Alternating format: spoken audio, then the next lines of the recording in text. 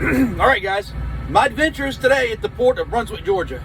So keep in mind, what I'm about to tell you is the first time that I've had this problem at this port. And it's all because, well, I learned today that the whole issue is a lot of stuff has been diverted from Dundalk because of the Key Bridge collapse to this port. This is a very tiny little port and they cannot handle all the stuff. But somebody thought, hey, this is a great idea. Let's send it there. Let's completely overwhelm it and make an absolute goat rope out of it. And that's what happened. So I get there to check in and the lady's like, hey, yeah, where you're going, it's full. You can't go there. You got to leave. So come through the gate, make that first left, all the way down to the stop sign, make a left, go out gate 2, go back to the truck stop. And she hands me a piece of paper.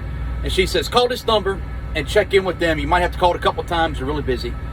And they'll call you when they're ready for you to come back. So I leave and I call, leave a voicemail. I called 6 times in 2 hours. Dispatch called several times. Our sales team called a couple of times. Couldn't get anybody on the phone. So after 2 hours, I'm like, well, shoot, man. I'm going to run an 8-2 split. So 2 hours, I go back. They're like, oh, yeah, they're not full now. Go on. So we go through the check-in process.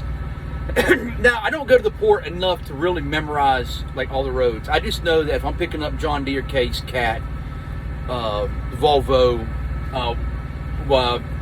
Brockbach, whatever, I know where that stuff is at, right? So I go there, detach from my trailer, get off to the side of it, and I start looking for the 730. I can't find it anywhere, guys. I mean, I walked all the way like one end down the other, and I can't find it anywhere. Other people were looking with me. We couldn't find it. So I stopped a couple of guys on the forklifts that are checking people, make sure they got the right stuff. They don't know where it's at. They're not being helpful at all. So finally, after like an hour and a half, dispatch is like, that's enough. Well, I'm calling the customer. So the customer pings it.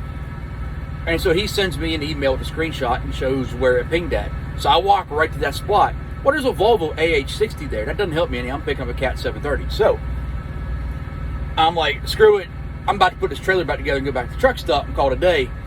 So I see another guy on a forklift I hadn't seen yet. So I stop and ask him. He says, oh, no, we are so full that stuff is just leaving here and it's going to the Keene yard. So if you don't know, when you leave the Port of Brunswick, if you go out gate 1, you go to the stoplight, go straight through the stoplight, run that road all the way to the end. And Keene has a brand new facility, very nice. It's the nicest one I've been to. It's all paved. You're not eating and swallowing dust while you're down there. It's great. If you leave out gate 2, you come through the gate, go to the stop sign, make a right, run all the way to the end of the road, and there's the Keene facility. Now, there's some other places under construction down there. I saw some equipment set out. I think I saw some, like, Komatsu down there somewhere. But anyway, so currently, because they are so full and there's so much stuff coming into Brunswick, that there is no rhyme nor reason to where they are parking stuff. They are parking stuff wherever they can find a hole. They're trying to have some kind of order out of it, something to make sense, but they're just not able to, guys.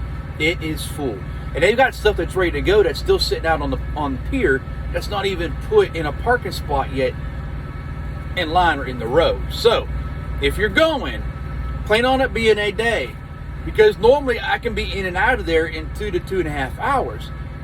And, you know, you load it yourself, all that good stuff. Today, it took me from 8 a.m. until about 4 p.m. to get it all done. And then once I did find it over at the new Keene facility, and of course, you got to wait for someone to come by and check the paperwork and make sure you got the right machine. So, yeah, for the foreseeable future, it's going to be an absolute cluster there. 10 out of 10, I don't recommend. But hey, you want to do oversized and heavy haul work and you want to haul equipment? Come to the port, baby. Yeah, that's right. Anyway, y'all be safe.